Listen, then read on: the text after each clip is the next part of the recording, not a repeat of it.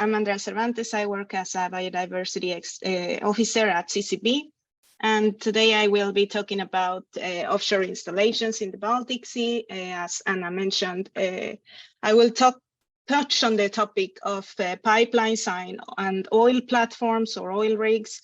But as CCB has been focusing its work on offshore renewable energy, I will go deeper into that topic and the impacts that come with it. So let's see. So for the existing offshore infrastructure developments on the energy part, I wanted to highlight in the map, if you can see at the bottom, some of the structures that exist in the Baltic Sea for wind turbines, oil platforms, pipelines, oil terminals, cables, etc. I didn't map ports and other things, but it's just to give you a broad idea for what exists currently in the Baltic Sea. And there's two projects, or there's two oil platforms for Poland, one in Poland, one in Russia. And there's some pipelines projects, some very big projects that I will talk shortly. But I wanted to also mention that for offshore wind energy, actually the first wind farm was built in the Baltic Sea. It was built in Vindeby, Denmark in 1991. And since then, things have changed very much for the offshore wind development. So maybe you have heard some news about the Nord Stream case, which this is a pipeline that goes from Russia to Germany, and it provides natural gas. It is a project, or it's two projects that the distribution or the length of the project is more than 1,200 kilometers. And last September, in 2022, there was 4 explosions of in the Baltic Sea for the Nord Stream projects. They were located near to the Bornholm Island in Denmark, and they were touching the territorial waters of Denmark, but also the exclusive economic zone in Sweden. And this created massive gas leaks, which had, of course, impacts in the atmosphere for climate change. This was a massive release of natural gas or methane, but there were also some concerns for the impacts on porpoises, which you have heard Ida talk about in last session, and as well for seals. And if you can see where the explosions were, I don't know if I can point out, but these explosions were also very close to the cod spawning area in the Baltic Sea. And there was a big concern for resuspension of toxic sediments since these explosions are very near to a major chemical munition dump. So these are the environmental impacts, but there were also social impacts and political reactions, as well as considerations in terms of increasing security, as well as energy independence in the Baltic Sea. So I wanted to bring a bit of the dual discussion for that we are living right now in a climate crisis, and we need to do or tackle climate change. And there has been some efforts. For example, the countries globally have signed the Paris Agreement, where they are trying to keep the temperature below 2 degrees with an effort to limit it to 1.5 degrees in comparison to pre-industrial levels. And this means reducing greenhouse gas emissions, as well as go through the transition for reaching decarbonization. For the European Union, they are trying to reach climate neutrality to 2050. And this implies introduction of or expansion of renewable energy in Europe. So offshore renewable energy is the one with most potential for expansion in Europe, as well as in the Baltic Sea. And offshore wind energy is the most appealing, since this is very cheap energy nowadays, as well as the most commercially viable option for the countries.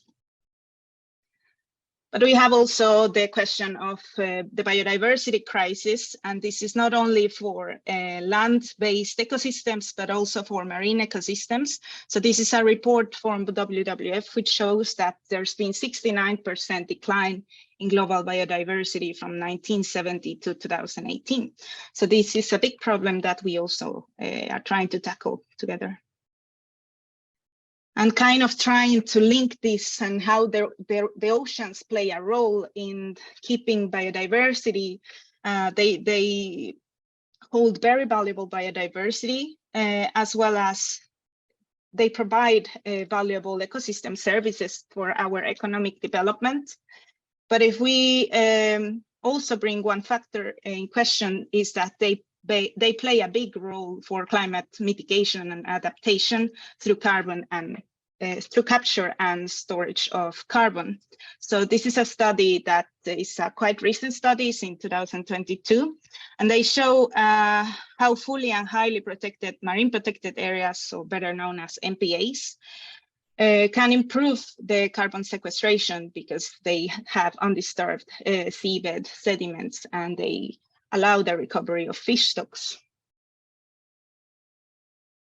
So in one side, we have the need to phase out the fossil fuels and reach decarbonization and the targets that come with it.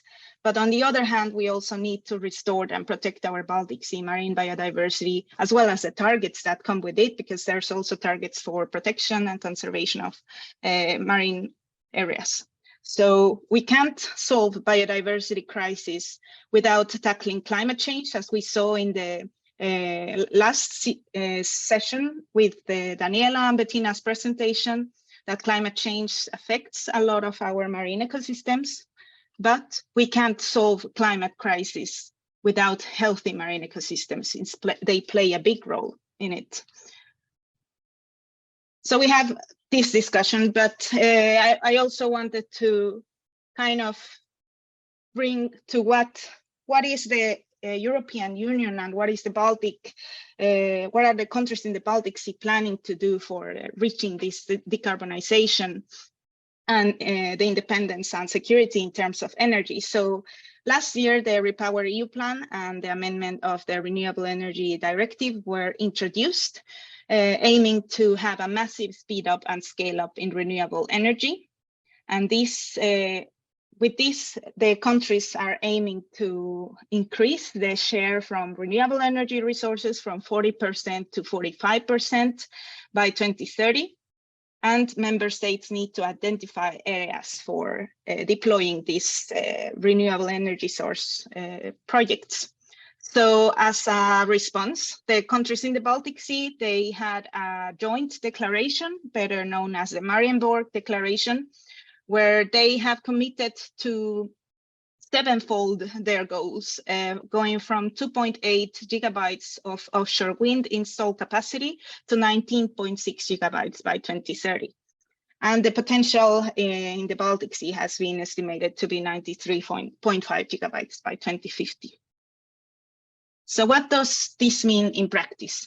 It means that there will be a very accelerated process for permitting and deploying these projects, as well as the possibility to skip environmental impact assessments on site and for individual projects, as it is also mentioned in the Renewable Energy Directive that is being proposed. There will probably be new plans for the use of the maritime space in the Baltic Sea, as well as an increased demand on the supply chain, for example, to get the materials needed to build these wind farms. So just to understand a bit what I'm going to talk about, the impacts, I wanted to share the life cycle of an offshore wind farm, in case that it's helpful to understand the next parts.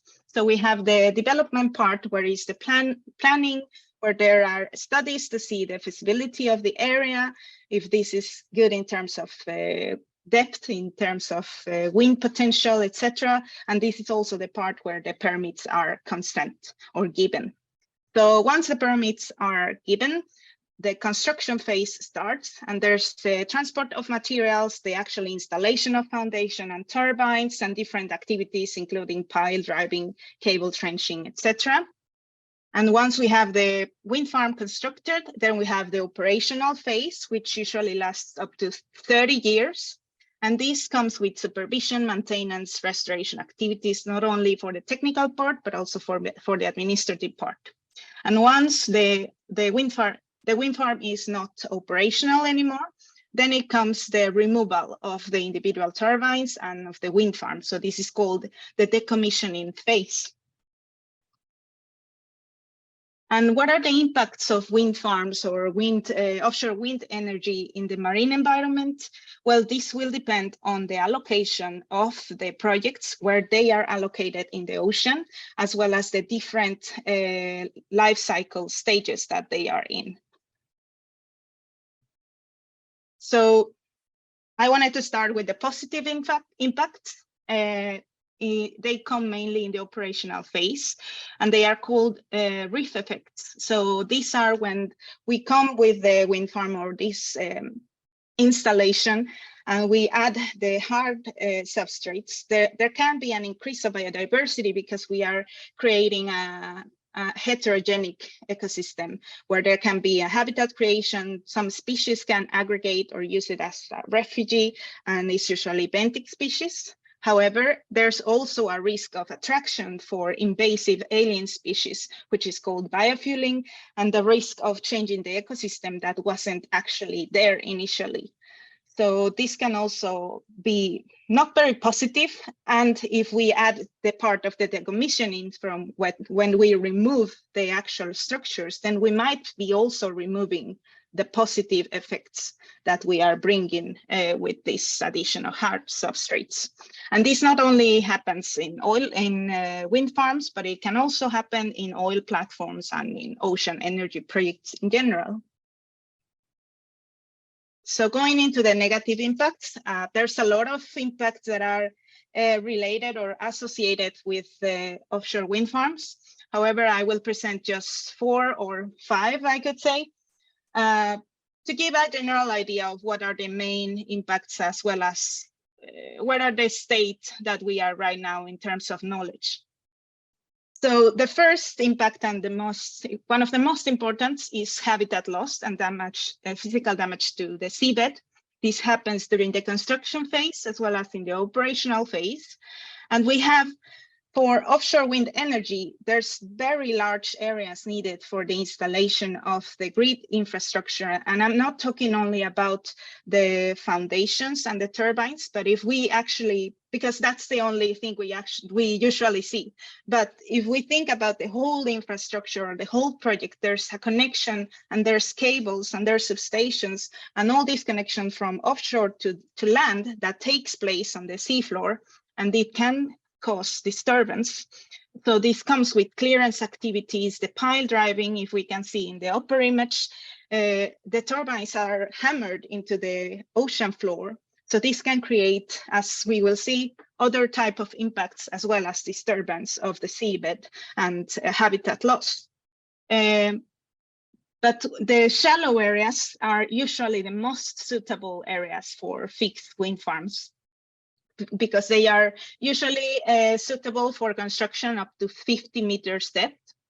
So these areas are also some of the areas with very high ecological value for marine species, because it happens to, because they have like breeding, resting, migrating activities.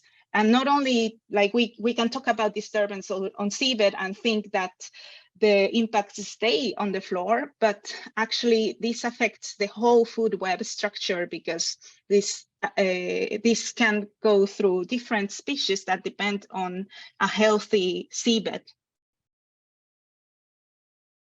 Another of the very important impacts, and that we heard Bettina talk about in relation to shipping, is underwater noise, and this happens throughout all the phases of the life cycle of a wind farm. It happens with 2 different types of underwater noise. One is continuous, for example, with vessels and the actual operational phase, where the wind farms are operating and they also create this sound radiation, but also pile driving can take very harmful impulsive noise for species such as the harbor porpoise, which we have also heard about, that they depend on collocation and these underwater hearing activities to pretty much survive.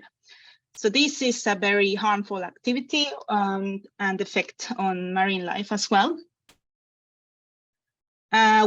The others were underwater impacts, but there's also impacts of, above the surface. And this can be collision and barrier effects, mainly for birds, but also for bats. There's still some research needed on this, but it has been, for example, if we can see in this image on the right side, the first one is when the wind farm has not been built. And this is the kind of distribution of the bird species, is the common eiders. And then the second and third image, we can see the displacement or the avoidance for the birds in the wind farms. So this can also bring other effects, such as they needing to spend more energy to reach to other places. But in reality, there's still not very much knowledge on how this could affect the survival of the entire population. And the last one, this is a curious example, I would say, because it really shows the lack of knowledge that we have in some areas. This is barotrauma, which happens for bats in the operational phase. And this happens due to variations in pressure near the turbine blades. So it can create injuries, internal and external, but there's a lot of lack of evidence on the actual impact on the population, as well as on the behavioral part of the species, because we don't really know what or why they are attracted to the wind farms, or what they are actually doing offshore, what are their activities offshore.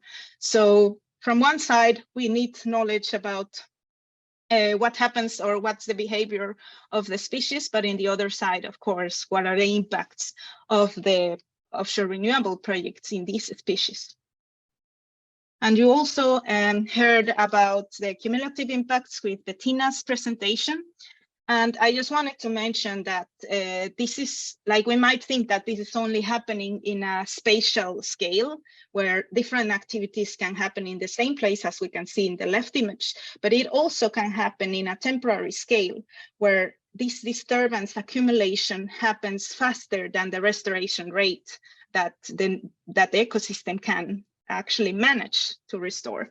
So it is a very big challenge nowadays, because we need to know how to measure cumulative and compounding impacts for maritime activities. And there's also many activities that are overlooked. For example, how many cables we have on the floor, and the actual laying of the cables, etc. So just considering these impacts in temporary scale, in spatial scale, and how they affect all these populations, etc. So it is a big challenge right now to measure them. But as I said at the beginning, the introduction of the repower plan actually allows to skip environmental assessments for renewable energy projects. And these assessments happen into a local level. There are other assessments that happen into a regional level, and they are tools to kind of identify areas more in the maritime spatial planning process, so in a sub-basin regional level. But there's also assessments that actually work into the local level and the specific projects that are going to be implemented. And these are called environmental impact assessments, as well as appropriate assessments when we are talking about Natura 2000 areas, which are protected areas. So these environmental assessments are not only helpful for seeing what type of impacts we are doing in the actual local place, but also what type of conflicts of interest we might have with other sectors, for example, fishing, environmental sector, etc. So this actually helps not only to bring the environmental or the environmental impacts to the surface, but as well how to solve the socioeconomic impacts. And this is very important because then we can implement mitigation measures that are relevant and appropriate to these locations. And we have several types of mitigation measures. One can be avoidance of impacts, which is the most prioritized measure, but we also have minimization, restoration, and compensation as the last resort measure. And at CCB, we have found that there's also a need for biodiversity funding mechanisms that actually address these cumulative impacts or this uncertainty for future impacts that have not been yet studied, as well as the monitoring of the projects that have been deployed. So some of the examples for mitigation measures can be noise abatement measures or strategies, which, for example, in this one can be bubble curtains, which reduce the noise that has been produced. But there's also passive restoration, for example, the banning of trawling, bottom trawling, which are also very damaging activities to the seafloor. So this can allow restoration of the seafloor in that sense. But the most important is to avoid, for example, marine protected areas, Natura 2000 areas, as well as key biodiversity sites for migratory species or for very critically endangered species, such as the harbor porpoise. And this is some of the most important areas for the harbor porpoise. So all this needs to be pertinent. All these measures need to be pertinent to the areas and be followed by monitoring strategies. And now there's emerging technologies that potentially could have less impacts. For example, floating wind energy can be built in deeper areas and maybe not need to be allocated in very shallow areas where there's high biodiversity. So, but there's also some questions and lack of knowledge on the impacts that it could have, because this is still not a commercially viable option. And there's other types of alternatives, such as shared industry, by shared infrastructure by countries. It's called mesh grids, as well as how to use efficiently the energy produced by offshore wind farms. And this is mostly commonly called power to X. But if this is to be implemented, it also needs to come with environmental impact assessments just to avoid risks. And you will hear more about maritime spatial planning. I just wanted to mention it because it's a very valuable tool to actually plan strategically and to select these sites for offshore renewable energy, anticipating all these conflicts of interest and as well as environmental impacts, to have appropriate allocation of projects. As I said, the allocation is one of the most important measures to avoid risks, and also to implement some environmental assessments and see compatibility among sectors. So what is needed is cooperation and coordination between countries as well as between sectors to share the data that they have from monitoring, and to as well involve all the stakeholders and civil society into the conversation of this expansion of renewable energy, so they can have a common understanding of not only what the opportunities or the benefits for climate change are, but also what the challenges and the conflicts can come with the expansion of renewable energy in the Baltic Sea. So as a concluding remark, and I hope I didn't take too much time, but well, we can all agree that we need acceleration and expansion of renewable energy sources to tackle climate change. But we can also look at other alternatives, such as energy savings, efficiency, repowering of old wind farms, to alleviate the pressures on the energy sector itself, because there's still the question of, are we going to have enough capacity? Are we going to have enough materials to do this? But also to reduce the pressure in the marine environment. So we need to acknowledge that there's not only benefits coming from offshore renewable energies, there's also a lot of impacts that can come with it. And we need to recognize that the important role of the oceans, not only on climate mitigation, but also on our human activities and on the biodiversity to keep this a healthy Baltic Sea. So yes, I would say the most needed is to work together towards the prosperity, conservation, and recovery of the marine environment in our Baltic. So thank you so much. I'm happy to hear your questions.